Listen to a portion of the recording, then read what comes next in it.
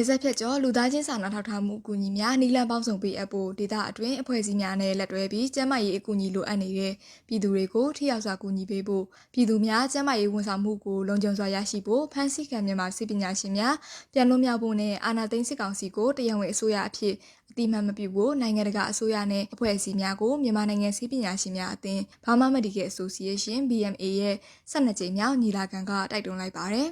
ထိုင်းမြန်မာနယ်စပ်မဲဆောက်မြို့တနေရာမှာကျင်းပခဲ့တဲ့အဆိုပါညီလာခံကို BMA မိဖက်အဖွဲ့အစည်းတွေအဖွဲ့ဝင်တွေနဲ့တိုင်းရင်းသားကျန်းမာရေးအဖွဲ့အစည်းတွေရဲ့ခေါင်းဆောင်တွေအပါအဝင်လူပေါင်း120ကျော်ကတက်ရောက်ခဲ့တာပါ။နှစ်ရက်တာအတွင်းကျင်းပခဲ့တဲ့ထိုညီလာခံမှာ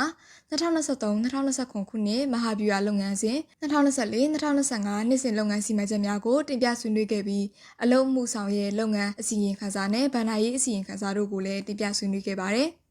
ယခုဒီချိန်ကျင်းပတဲ့ BMA ညီလာခံမှာအလုံအမှုဆောင်အဖွဲ့ဝင်တင်များကိုမဲပေးစနစ်ဖြည့်ရွေးကောက်ခဲ့ပြီး12ကြိမ်မြောက်ညီလာခံမှာတဆင့်အလုံအမှုဆောင်အဖွဲ့ဝင်12ဦးကိုလည်းရွေးချယ်ထားနိုင်ပါတယ်။2021အာဏာသိမ်းမှုနဲ့အတူမြန်မာနိုင်ငံအတွင်းမှာနိုင်ငံရေးစီးပွားရေးလူမှုရေးနဲ့ပညာရေးအခြေအနေများဟာလွန်စွာဆိုးရွားလာနေပြီးပြည်သူ့ကျန်းမာရေးအခြေအနေတွေဟာလည်းအဆိုးဆုံးဖြစ်နေတာကိုညီလာခံကမိမောင်းထုတ်ပြခဲ့ပါတယ်။ဒါအပြင်ပြည်သူတရက်လုံးအတွက်ခွဲခြားမှုမရှိဘဲကျန်းမာရေးစောင့်ရှောက်မှုပေးအပ်နိုင်ပြီးတိုင်းရင်းသားနဲ့ຫນွေဥတော်လှန်ရေးရဲ့ရည်မှန်းချက်ဖြစ်တဲ့ Federal Democracy ပြည်ထောင်စုစနစ်နဲ့လက်ရုံညီထွေမဲ့အမျိုးသားကျန်းမာရေးနဲ့ Federal ကျန်းမာရေးမူဝါဒကိုလိုအပ်ကြောင်းကိုလည်းညီလာခံကအကြံပြုပါတယ်။မြန်မာနိုင်ငံစစ်ပညာရှင်များအသင်း Burma Medical Association ကိုကရင်အမျိုးသားအစည်းအရုံးရဲ့ဌာနချုပ်ဖြစ်တဲ့မာနယ်ဘလော့ဒေတာမှာ1992ခုနှစ်ဇွန်လ10ရက်နေ့မှာစတင်ဖွဲ့စည်းခဲ့ပါတယ်။